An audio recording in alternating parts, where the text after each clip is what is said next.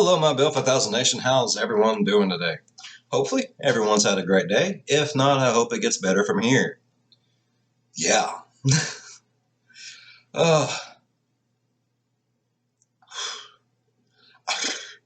all I can say about today. All right. We are back with another Mr. Ballin video. This one is titled Top 3 Random Encounters with Serial Killers. Dun, dun, dun. I don't know how I'd feel about having a random encounter with a serial killer. I would ask if it was like a nice serial killer, but I mean, it's a serial killer. Are any of them not? I mean,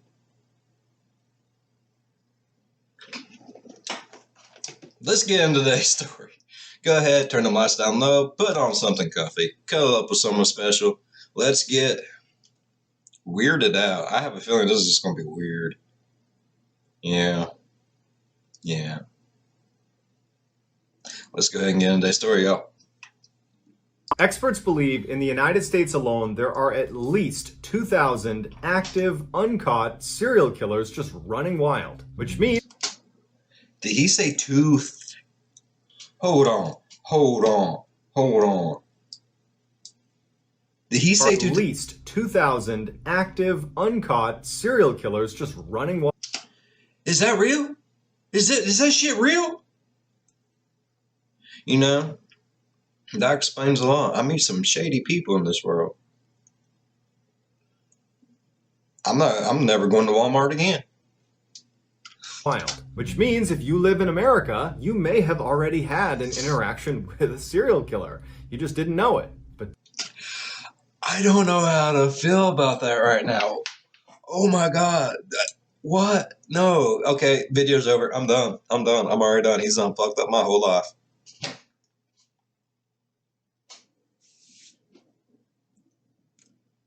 I don't know how to feel about thinking I've already shook the hand of a damn serial killer. What if they got my DNA on their hand and now they killed someone, they think it's me?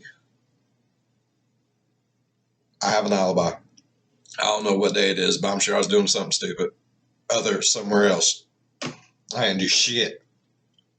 All I did was shake a hand. Today, I'm going to share 3 progressively more disturbing cases of Americans that had an interaction with a serial killer, but came to find out later that it was a serial killer. But before we get into those stories, if you're a fan of the strange, dark, and mysterious delivered in story format, then you've come to the right place, because that's all I do, and I upload 3, 4, even 5 times every week. So if that's of interest to you, then please schedule the like button for a fight with Paul on the day before Thanksgiving in Quincy, Massachusetts. Also, please subscribe to my channel and turn on all notifications so you don't miss any of my weekly uploads.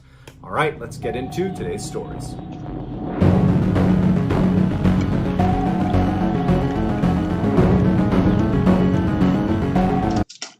Yeah, I really don't know how to feel about thinking. I don't know why I still have my mouse over there. I am so sorry, y'all. I really don't know how to feel about thinking that I have literally shaken.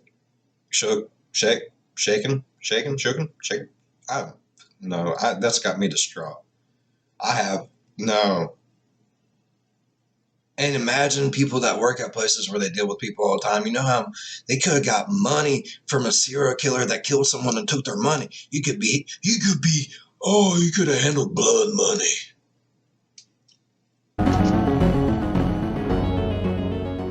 I'm like that.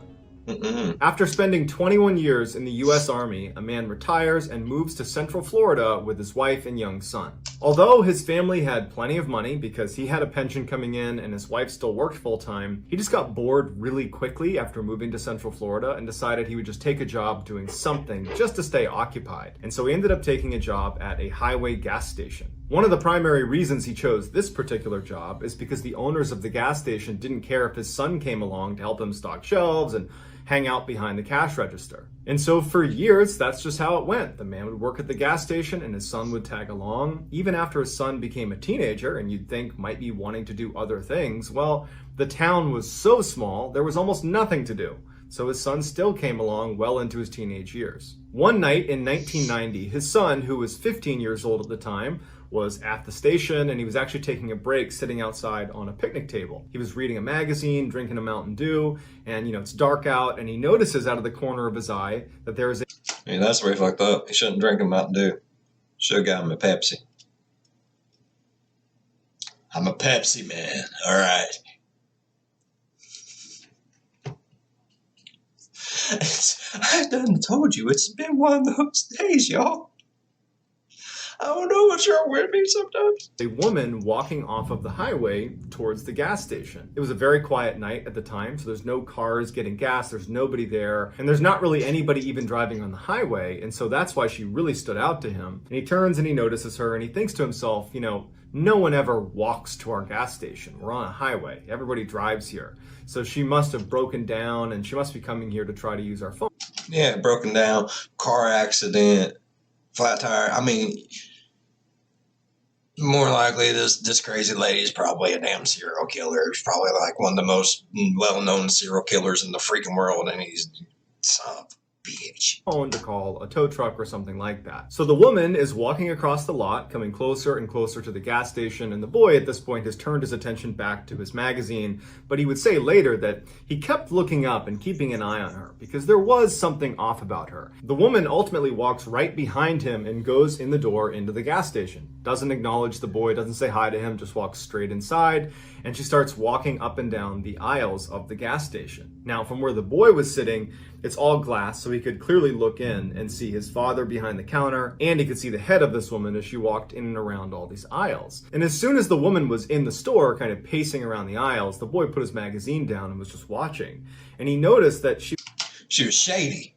She was shady as shit, y'all. She was not really shopping. She was just looking down for a few seconds, wouldn't pick anything up, so she wasn't buying anything. And she would look up at the counter where his father was, and she would just stare at him, and then she'd look back down at what she was doing, and she would go through all the aisles. And at some point, the woman just kind of abandons this phony, I'm pretending to shop routine, and just walks up to the counter. Now, nobody else is in the store. There's nobody else coming in. And so the boy could actually fairly clearly hear what she was saying to his father. And she told his father that she had broken down and she needed a ride, and could he drive her to Ocala, which was the next big town north of this gas station. And the boy would say that his father acted very strangely because his father is normally incredibly pleasant with all the customers. He's very chatty even. Like he talks to everybody who comes in the store. He smelled evil in there, and he was like, fuck you, lady. Oh, no. Oh, no. But as soon as this woman had gone in, his dad had seemed kind of dismissive and almost rude to this woman. And when she was talking to him, asking for a ride, he just said, no, I won't give you a ride. The woman is annoyed by how quickly she's been shot down.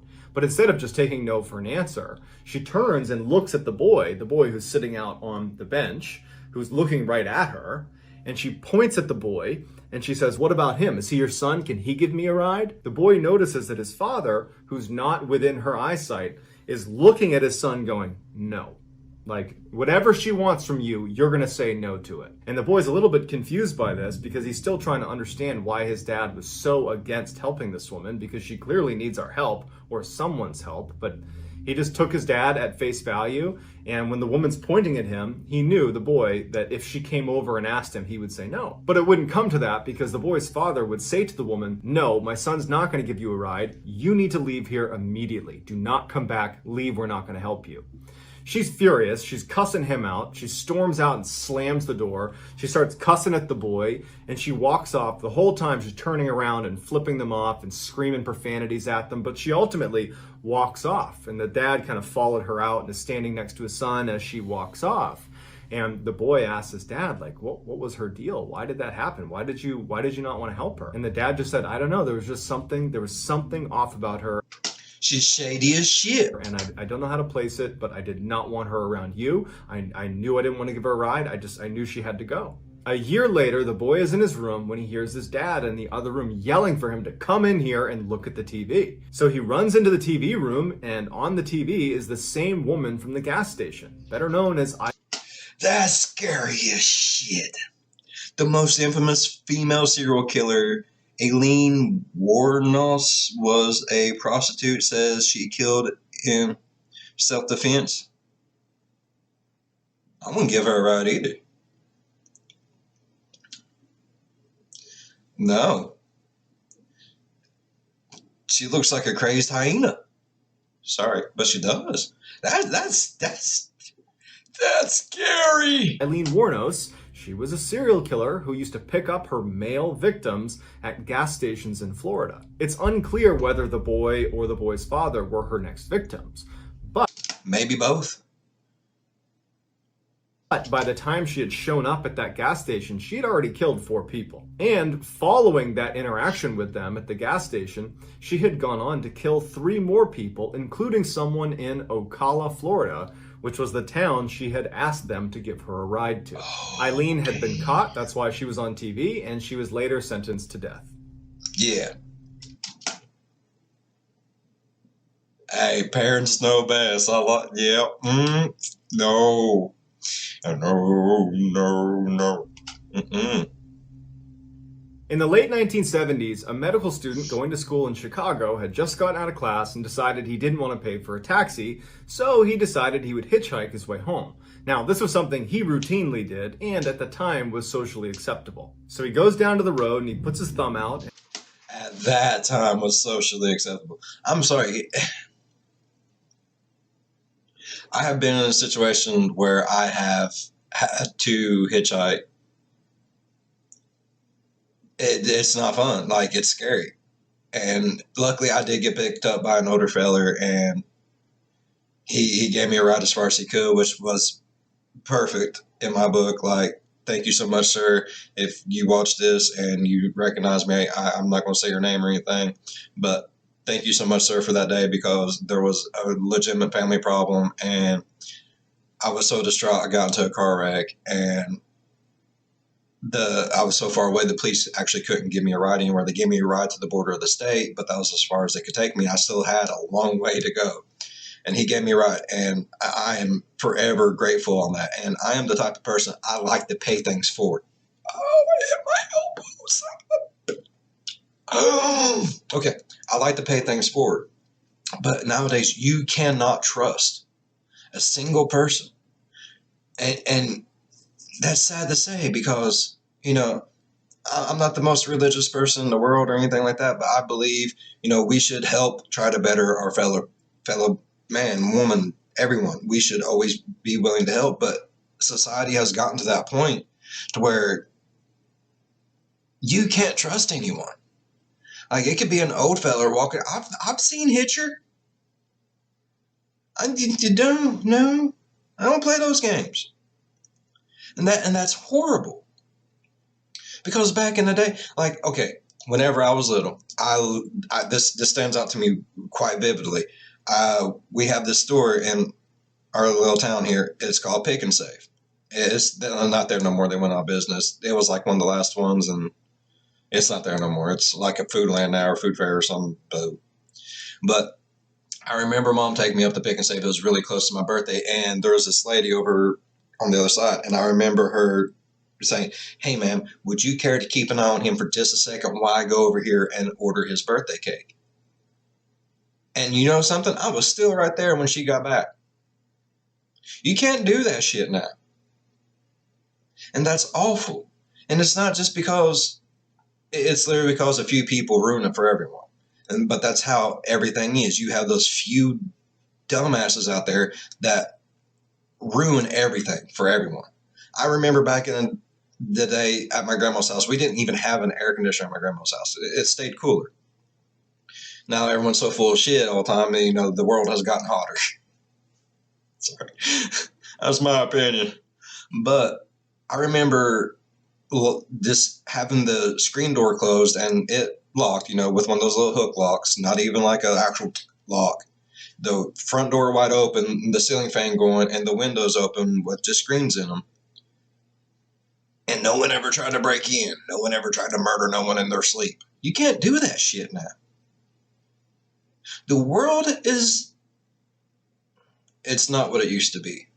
And that's really sad. Because you see people out there and it's like, oh, I don't know what their issue is. I don't know what their problem is. I don't know if they really, really need my help.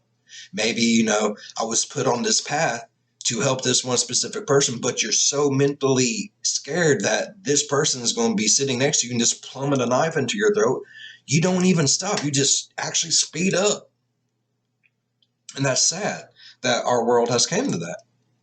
Okay, that's my rant for the day. Let's continue on. And eventually, a car pulls up, and he would describe the man that is pulling up as looking normal and even friendly and lighthearted. It's a middle-aged guy, and he tells the student, hey, come on in, hop inside, I'll give you a ride. The student did not feel threatened by this guy and felt like overall this was safe, and so he hops in the passenger seat.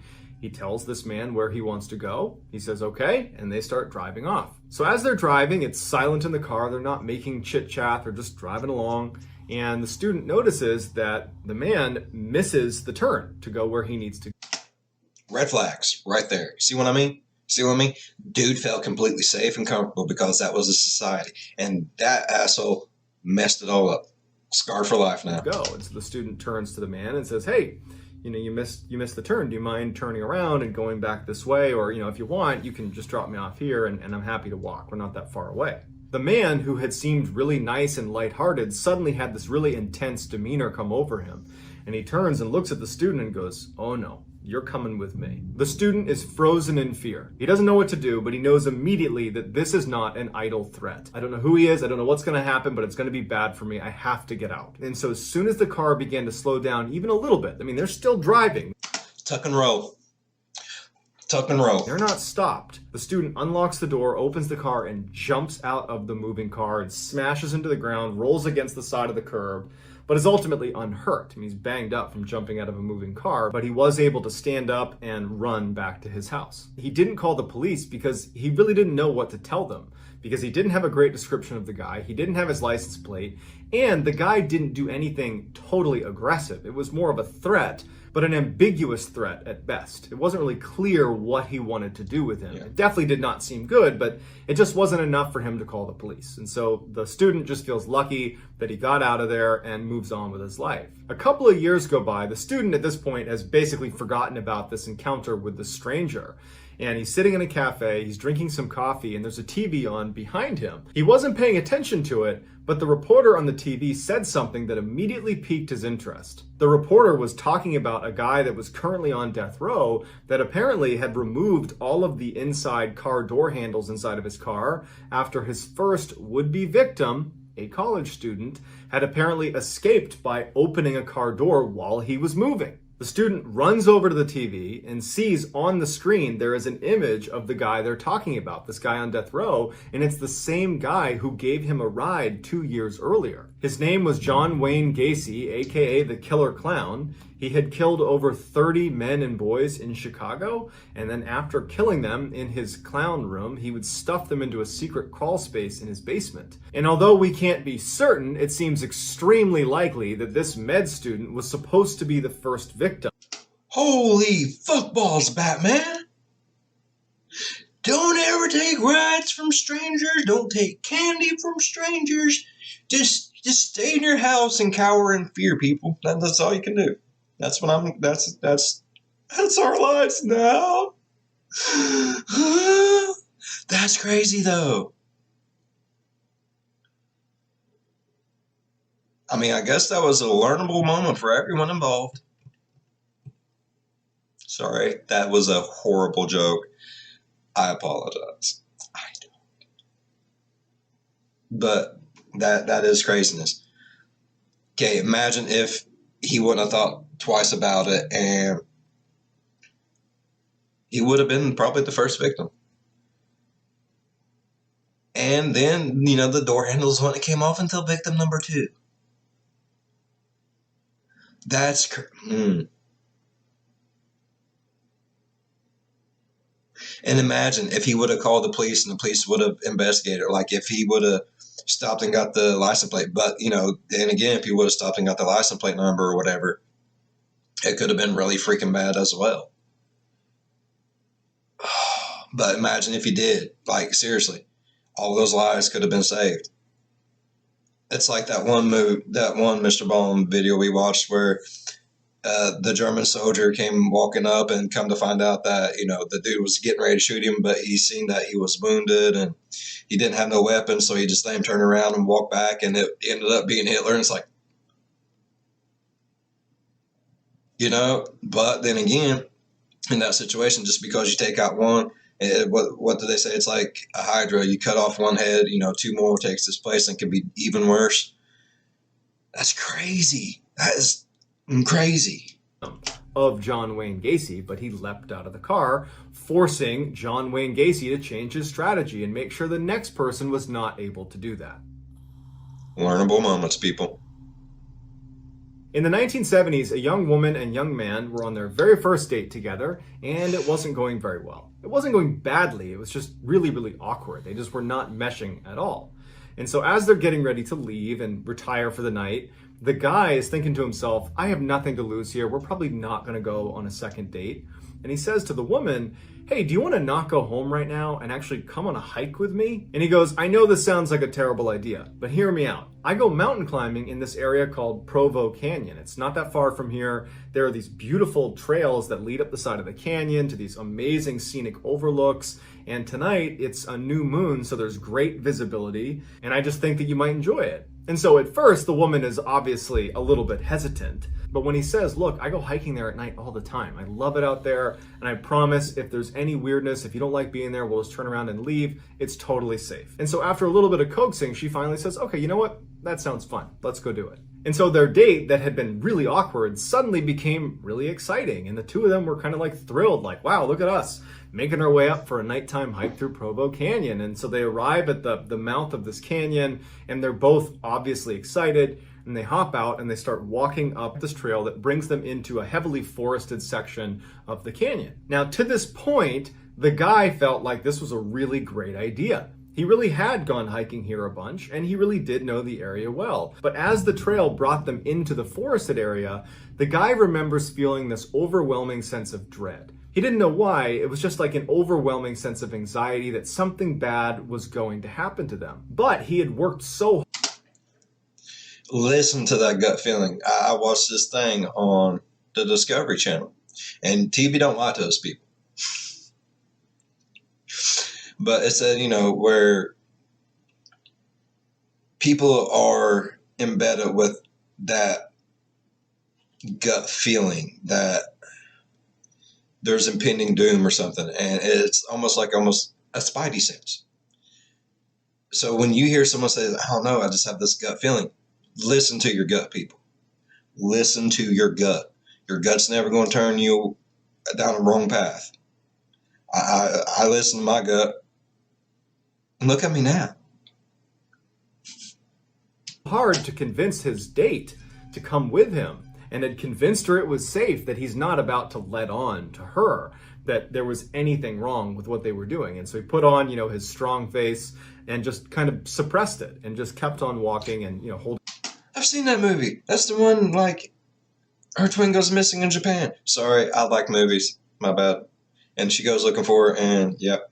Her hand tight, and they just continued their walk. But his sense of dread would just build and build to the point where he was really on edge. And what he didn't know, but would find out later, is that his date, the woman, she also had this horrible sense of dread as soon as they went into the forest. But she didn't want to tell him because she didn't want to seem like a party pooper, because he seemed really excited about it. At some point, as they're walking down this path, the man steps on something that felt soft. He didn't know what it was, but it caused him to freeze immediately, and he's holding her hand. He kind of jerks her to get her to stop. And before he can even look down and see what he's standing on, he hears rustling coming from the bushes just off the trail. She hears it too, and both of them, without saying a word to each other, because again, you got to remember, they're both really stressed. They haven't let on to the other how stressed they are, but they're both basically ready to leave. And so the two of them turn around and they hightail it out of there. He has no idea what he stepped on. They don't know what they heard in the bushes, but they don't care. The anxiety was so high, they just wanted to leave. Years later, that man and woman who had this very strange date would actually be married. And they'd be sitting down watching TV together, and they're flipping through the channels, and they land on an interview with a death row inmate. And the interviewer is asking the inmate, was there ever a time that you were almost caught red-handed? And the guy being interviewed says, yes, one time. I was in the forest up in Provo Canyon one night, and a young couple came walking up the trail. I didn't see him, so I only had a chance to jump into the bushes right next to the trail, and the guy actually stepped on the body of a girl I had just killed. But for some reason, he didn't look down and see what he was standing on, and the two of them didn't notice me just a few feet away from them. They just turned around and walked away. Turns out that young couple had run into one of the worst serial killers of all time, Ted Bundy. Before Bundy was executed, he confessed to over 30 murders, but many people believe the true number of victims is much, much, much higher. So that Holy shit!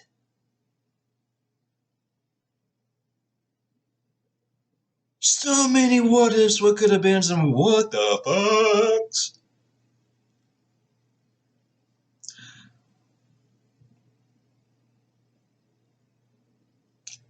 I would never want to go hiking again after that. I would throw those shoes away.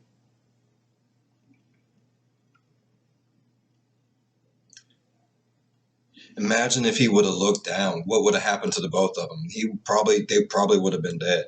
And even if they would have got away, I mean, imagine all the lives they could. There's so many could have beens. Don't you hate that?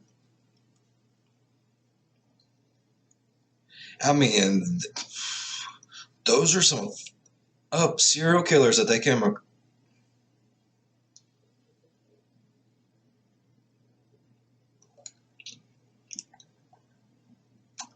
That's crazy. I'm not going hiking no more. I'm not going to gas stations.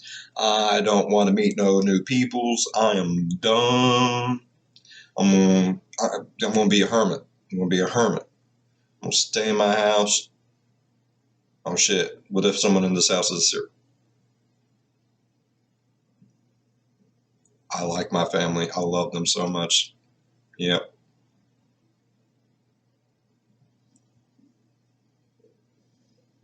That's going to do it, guys. Let me know what you thought of these 3 stories in the comments section, and let me know how you would respond if it turned out you had actually interacted with a serial killer. Now, I'd shit myself. I'm going to go ahead and tell you. I don't care if I figured it out 20 years down the line. I will shit myself. not only will I respond to all the early commenters, I will also pin the best comment at the top of the comment section. If you enjoyed today's story and you haven't done this already, please schedule the like button for a fight with Paul the day before Thanksgiving in Quincy, Massachusetts. Also, please subscribe to my channel and turn on all notifications so you don't miss any of my weekly uploads. If you want to get in touch with me... All right, ladies, gentlemen, boys and girls, children of all ages. That's it. That's crazy, though. I mean, hey, I don't know how to handle that. Knowing that, what if just not in, without even knowing, maybe talking to someone or shook their hand or helped them fix a car or something. It was a serial killer, and you helping them in some way killed people. Like, I don't know how would you all feel about that? I mean, that's craziness. Like, pure crazy. All right. That has blown my mind for the day. Hopefully it has blown your minds as well. Second guess everything you've ever done, people. I am.